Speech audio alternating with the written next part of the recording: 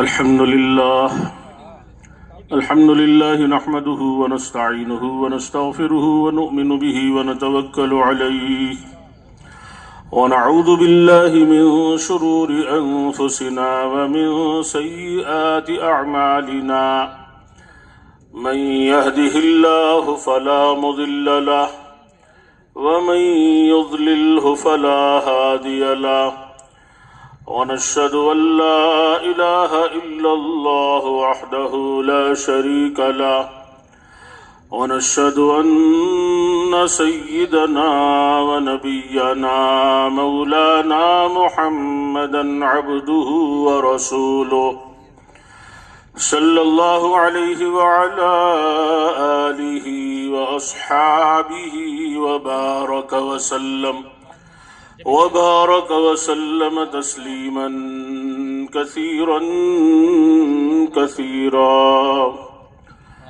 أما بعد فأعوذ بالله من الشيطان الرجيم بسم الله الرحمن الرحيم إن الذين قالوا ربنا الله ثم استقاموا تتنزل عليهم الملائكة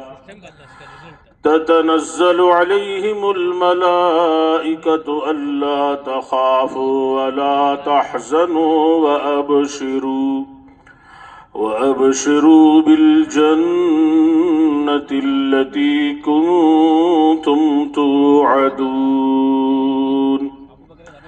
نحن أولياؤكم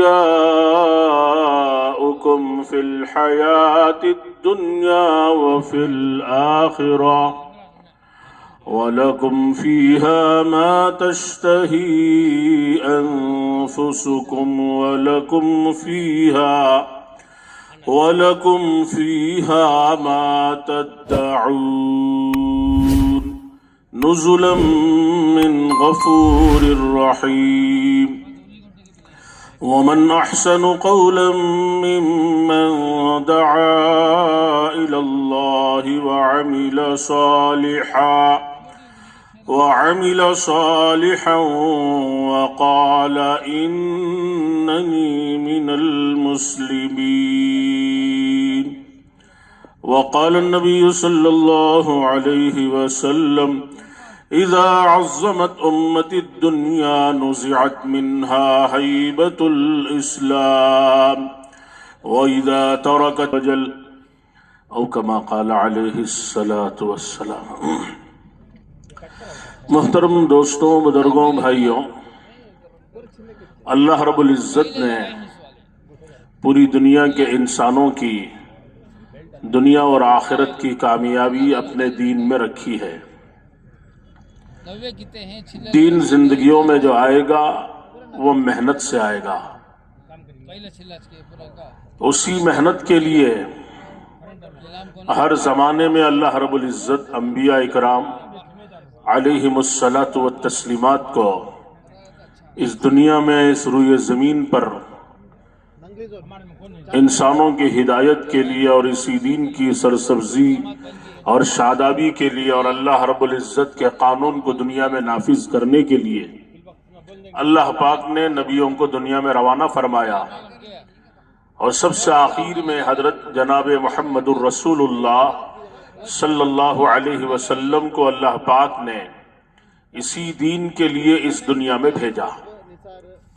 تو لہذا آپ نے پوری زندگی اسی دین کی بقا اور اشاعت کے لیے محنتیں کی، کوششیں کی، اور اسی کے نتیجے میں 1.25 لاکھ صحابہ کی ایسی مقدس جماعت آپ نے تیار فرمائی، جس جیسی جماعت نہ تو زمینوں نے دیکھا اس سے پہلے، نہ آسمانوں نے دیکھا، جو 100% نبوت کے رنگ میں رنگے ہوئے تھے۔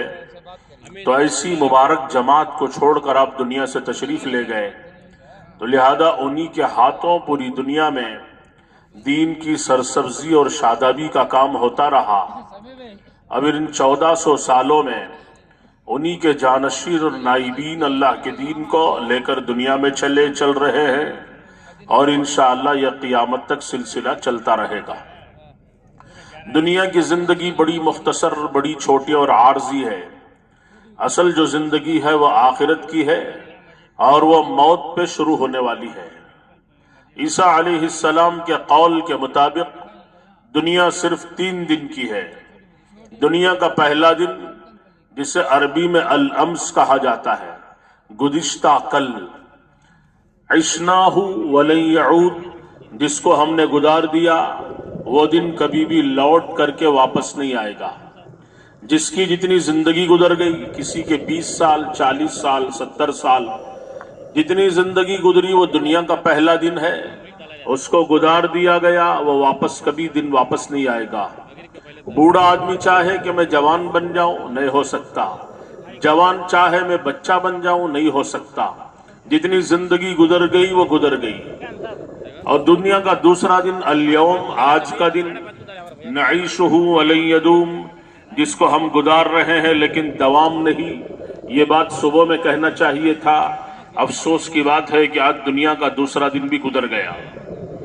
دنیا کا تیسرا دن غدن، آنے والا کل، جس کے بارے میں کوئی نہیں جانتا کہ کل ہم زندہ رہیں گے کہ نہیں رہیں گے، کوئی گارنٹی نہیں۔ روزانہ 4، 4.5، 5 لاکھ آدمی مرتے ہیں، 5، 5.5 لاکھ بچے پیدا بھی ہوتے ہیں، تو لہذا مرنے والوں کی تعداد بھی بہت بڑی تعداد ہے، اور بیٹھے بیٹھے آدمی چلا جاتا ہے۔ پچھلے ہفتوں میں ہم لوگ بھٹکل میں تھے اجتماع میں، تو وہاں ایک ساتھی کے بارے میں اجتماع میں خبر آئی کہ گشت کا اعلان کیا، اور اعلان کرنے کے بعد میں ساتھیوں سے کہا کہ کچھ سانس کی تکلیف ہے، اور پھر گھر گیا، گھر جاتے جاتے انتقال ہو گیا۔ جوان آدمی ہے۔ تو اس طرح زندگیوں کا کوئی بھروسہ نہیں۔ موت ایک حقیقت ہے جو آنے والی ہے، اس سے کوئی بھی انکار نہیں کر سکتا۔ اور اللہ تعالیٰ فرماتے ہیں اینما تکونوا یدرککم الموت ولو کنتم فی بروج مشیدہ، کہ موت ہر حال میں تمہیں پکڑ کر رہے گی، پا کر رہے گی، اگرچہ تم بڑے بڑے قلعوں میں محصور ہو جاؤ، لیکن موت تمہارا پیچھا کرتی رہے گی، اس سے تم بچ نہیں سکتے۔ بہت سارے لوگوں نے خدائی کا انکار کیا، نبوت کا انکار کیا، لیکن موت کا منکر کوئی بھی نہیں ہے۔ انکار کر دے تب بھی مرنا پڑے گا۔ اسی لیے شاعر نے آدمی جتنی بھی تدبیریں کر لیں، جیسے کہا وَإِذَا الْمَنِيَّةُ أَنْشَبَتْ أَزْفَارَهَا أَلْفَيْتَ كُلَّ تَمِيمَةٍ لَا تَنْفَعُ، کہ جب موت اپنے پنجے گاڑ دیتی ہے تو ساری تدبیریں کارت چلی جاتی۔ جیسے وہ قصہ مشہور ہے نا، پچھلے زمانوں میں افلاطون یا ارسطو کے زمانے میں، تو غالباً ارسطو نے اس زمانے کے نبی سے کہا کہ آپ میری موت کا دن بتا دیں اللہ سے معلوم کر کے، تاکہ میں اس کے لیے تیاری کر لوں۔ تو نبی نے دعا کی، اللہ رب العزت نے وہ دن بتلا دیا، انہوں نے اس کو اطلاع کر دی۔ تو چنانچہ جب اس کی موت کا دن آیا تو اس سے پہلے، کئی سال پہلے، اس نے ایسی تیاری کی کہ اپنے جیسے 99 مجسمے تیار کیے۔ مجسمہ مطلب اسٹیچو، کہ بالکل اسی طرح، کہ وہی چہرہ، وہی رنگ، وہی آنکھیں، وہی کان، اور وہی رنگت، اور سارا سب کچھ نظام ویسے ہی بنایا۔ اس کی طرح 90 پر 9 مجسمے، اسٹیچوز اس نے بنائے۔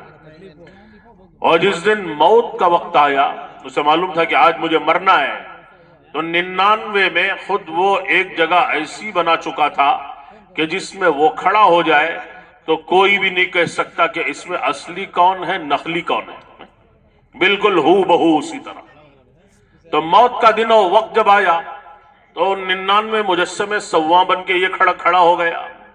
اب ملک الموت آئے تو تھوڑی دیر کے لیے وہ بھی پریشان ہوگا، ارے یہ کیا ہے، جس کو لینے کے لیے میں آئے وہ تو 100 ہے۔ اس لیے کہ عالم الغیب والشہادہ تو صرف اللہ ہے، علم غیب صرف اللہ کے پاس ہے، نہ فرشتوں کے پاس، نہ انسانوں کے پاس، نہ جنات کے پاس، نہ انبیاء کے پاس، کسی کے پاس نہیں۔